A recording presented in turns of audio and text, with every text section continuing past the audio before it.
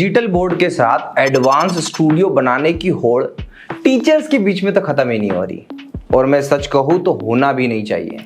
तो क्या हर टीचर को ग्रो करने के लिए डिजिटल बोर्ड लेना पड़ेगा?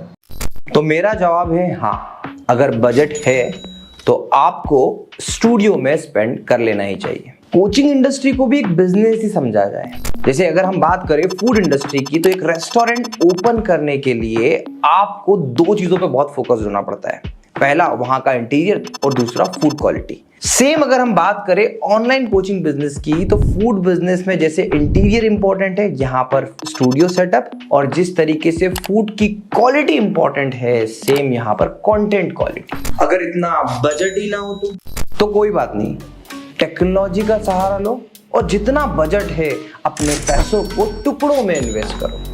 अगर सही मायने में देखा जाए कि डिजिटल बोर्ड का यूज क्या है, तो फिजिक्स और मैथ्स जैसी बड़ी बड़ी इक्वेशन और क्वेश्चन को लिखने से बचाना, डायग्राम से बचना। इसके अलावा मुझे नहीं लगता कि और कुछ ऐसी चीज है जो डिजिटल बोर्ड एक्स्ट्रा ऑर्डिनरी करता है टीचिंग इंडस्ट्री में। और अगर मैं ये कहूँ, मैथ्स की बड़ी बड़ी इक्वेशन या बायो के डायग्राम आप अपने व्हाइट बोर्ड पर भी ला सकते हो टेक्नोलॉजी की मदद से, तो ये बात कुछ नई नहीं होगी। मैं एक एग्जांपल लेता हूं इंडस्ट्री के महान टीचर खान सर का। शुरुआती दौर में इनके YouTube वीडियो पर जाकर आप देखो, ये इसी तरीके से व्हाइट बोर्ड पर इमेजेस और क्वेश्चंस को लेके आते थे। ये कैसे किया जाता है इसके बारे में मैं आपको आगे वीडियो में डिटेल में बताऊंगा, बट उससे पहले समझते हैं कि अगर आपके पास में थोड़ा सा अमाउंट है तो उसे टुकड़ों में कैसे खर्च किया जाए। देखिए, टुकड़ों में खर्च करने से मेरा ये मोटिव है कि अगर एक बार आप लमसम स्टूडियो बनाने जाते हैं तो आपको 2.5 से 3-3.5 लाख तक का खर्चा आता है। अब इस खर्चे को एक बार में ना खर्च करते हुए आप स्टेप बाय स्टेप खर्च कर सकते हैं। जैसे डिजिटल बोर्ड की जगह पर व्हाइट बोर्ड का ही यूज करें, वायरलेस माइक ना लेते हुए एक सिंपल सा वायर्ड माइक लीजिए, फैंसी लाइट की जगह सिंपल बेसिक लाइट से भी आप काम चला सकते हैं। बट एक बात ध्यान रखने वाली है, मैं आपको यहां कहूंगा, आपको कैमरा और सिस्टम में बिल्कुल भी कॉम्प्रोमाइज नहीं करना चाहिए। यूजुअली देखा गया है टीचर्स को सलाह देने वाले लोग कहते हैं कि कैमरा और सिस्टम की जगह पर आप अपना मोबाइल ही यूज कर लो। साहब, ये टीचिंग है, ब्लॉगिंग नहीं कि मोबाइल उठाया और चल दिया। तो आपको यहां पर एक अच्छा कैमरा मैं रिकमेंड करूंगा, 4K PTZ कैमरा लीजिए। स्क्रीन पर ये सिस्टम का कॉन्फ़िगरेशन जो आप देख रहे हैं, इसका स्क्रीनशॉट लीजिए और अपने आसपास के किसी भी वेंडर के पास में जाइए और इस कॉन्फ़िगरेशन की मशीन असेंबल करवाइए। मैं यहाँ कहूँगा लैपटॉप नहीं लीजिएगा तो एक डेस्कटॉप लीजिएगा। अगर आप सच में इन दो गैजेट्स पे पैसा खर्च करते हैं तो मैं आपको गारंटी के साथ में कहता हूँ कि आप सक्सेस होंगे ही। तो चलिए मुद्दे की बात पर आते हैं। अब मैं आपको बताऊंगा कैसे आप अपने व्हाइट बोर्ड को डिजिटल बोर्ड की तरह यूज कर सकते हैं। यहाँ पर आपको कुछ सॉफ्टवेयर हार्डवेयर की जरूरत पड़ेगी। हाँ, हार्डवेयर की बात कर रहा हूं तो आपको बता दूं कि आपके व्हाइट बोर्ड की साइज अच्छी खासी बड़ी होनी चाहिए। 4 फीट लंबा और 8 फीट चौड़ा, ये स्टैंडर्ड है। छोटा होगा तो भी चलेगा, पर बहुत ज्यादा छोटा व्हाइट बोर्ड नहीं लेना है।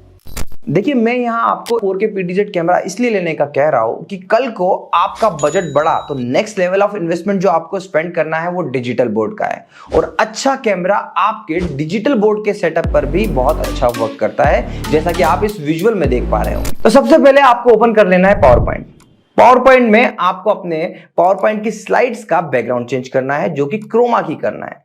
तो आप राइट क्लिक करके बैकग्राउंड सेटिंग में जाएंगे और बैकग्राउंड सेटिंग में सॉलिड कलर सिलेक्ट करिएगा, और यहां पर जो हेक्स कोड आपको स्क्रीन पर दिख रहा है वो कोड डालना है। ये क्रोमा का हेक्स कोड है। इसकी क्या रिक्वायरमेंट है आपको आगे समझ में आएगी।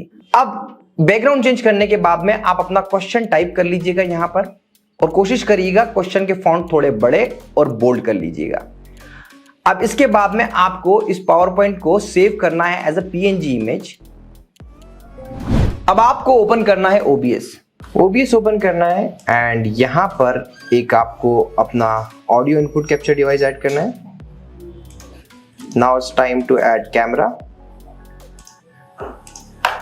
यहां पर हमारा इवोटा 4K PTZ camera HD camera के नाम से आता है, उसे सिलेक्ट कर लेना है।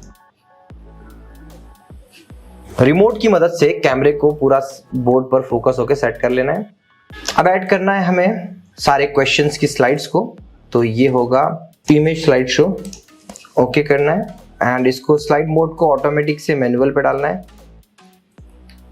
फेड को आप कर दीजिए ट्रांजिशन में कट, और यहाँ पर इमेज फाइल्स में जितनी चाहे इमेज आप ऐड कर सकते हैं। जैसे मेरी पहली इमेज है, मैंने ये ऐड कर दी। तो वैसे ही आप मल्टीपल इमेजेस ऐड कर सकते हैं। तो जैसे मैं ये ये इमेज और ऐड कर लेता हूँ। तो ये दोनों इमेज ऐड हो गई है मेरी। हम ओके करके इसको मुझे बिल्कुल फिक्स कर लेना है। एंड ये इमेज स्लाइड शो हमेशा कैमरे के ऊपर ही होना चाहिए। अब आपको राइट क्लिक करना है एंड ऐड फिल्टर पर जाकर फिल्टर सेक्शन में ऐड करना है आपको क्रोमा की फिल्टर। ओके करके अप्लाई कर दीजिएगा। एंड देखिए यहाँ पर आपको जो टेक्स्ट है वो बहुत ज़्यादा विजिबल प्रॉपर नहीं हो पा रहा है, तो इसको थोड़ा सा आप आगे बढ़ाएंगे। सिमिलरिटी को आप थोड़ा सा पीछे की ओर लेके जाएंगे तो ये आपका डार्क होते जाएगा।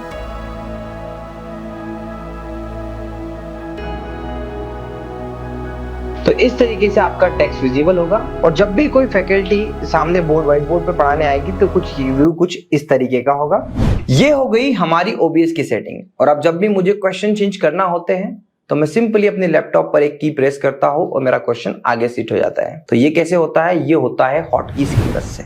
तो OBS में हॉटकीज कैसे सेट करना है इसे समझते हैं। हॉटकीज सेट करने के लिए आपको जाना पड़ेगा सेटिंग में।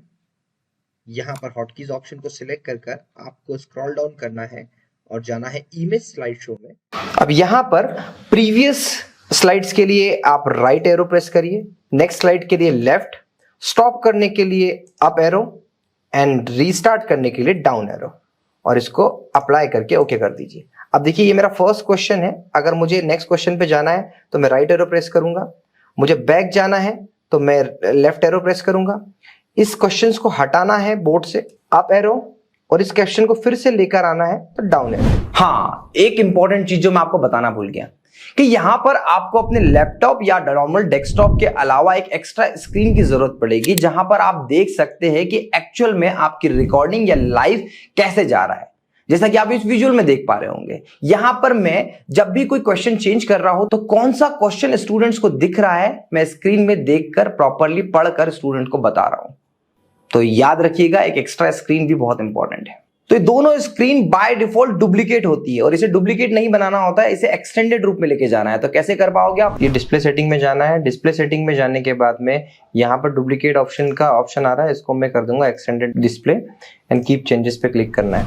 तो यहाँ पर अब देखिए ये मेरी एक स्क्रीन है और दूसरी स्क्रीन अलग अलग है, दोनों स्क्रीन अलग अलग है। तो अब आपको OBS पे जाना है, स्क्रीन पे जाकर राइट क्लिक करना है। राइट क्लिक करने के बाद में फुल स्क्रीन प्रोजेक्टर व्यू, यहाँ पर दो ऑप्शन दिख रहे हैं, डिस्प्ले 1 एंड HDMI 1। हमें HDMI 1 को यहाँ पर पूरा हमारा प्रीव्यू दिखाना है। जैसे ही मैं HDMI 1 पे क्लिक करूंगा आप देखेंगे मेरी ऊपर वाली स्क्रीन पे ये प्रीव्यू आ गया। यहाँ पर जब भी कोई फैकल्टी सामने आएगी तो ये पूरा प्रॉपर विजिबल हो जाएगा। तो अब क्या, यही था सारा सेटअप। अब आपको क्या करना है, तो अब आपको नेक्स्ट इन्वेस्टमेंट की तरह आगे बढ़ना है। धीरे धीरे पढ़ाते पढ़ाते आप ग्रो करेंगे, लाइव जाकर आप ग्रो करेंगे। आपको नेक्स्ट इन्वेस्टमेंट जाना है आपके डिजिटल बोर्ड पे। तो डिजिटल बोर्ड कौन सा लेना है, कैसा होना चाहिए, क्या कॉन्फ़िगरेशन होना चाहिए, इस पे डिटेल में वीडियो बनाए हैं, डिस्क्रिप्शन में लिंक है। हाँ, मोस्ट इंपॉर्टेंट, अगर आप डिजिटल बोर्ड लेना चाहते हैं तो वो डायरेक्टली आप हमसे भी बाय कर सकते हैं। जो स्क्रीन पे नंबर शो कर रहा है वहां पर आप हमसे कॉल करके कंसल्ट कर सकते हैं। तो एडवांस सेटअप की होड़ में भागना छोड़ो और टुकड़ों में अपने सेटअप को इंप्लीमेंट करो। आशा करता हूँ ये वीडियो आपको पसंद आया होगा। इस वीडियो से थोड़ी भी वैल्यू मिलती है तो मेरे चैनल को सब्सक्राइब जरूर करिएगा। और हाँ, आप जो इस वीडियो रिकॉर्डिंग को क्लोज करने की बात कर रहे थे, अब मत क्लोज करिए, अब शुरू करिए नए सेटअप के साथ में। Thank you so much for watching.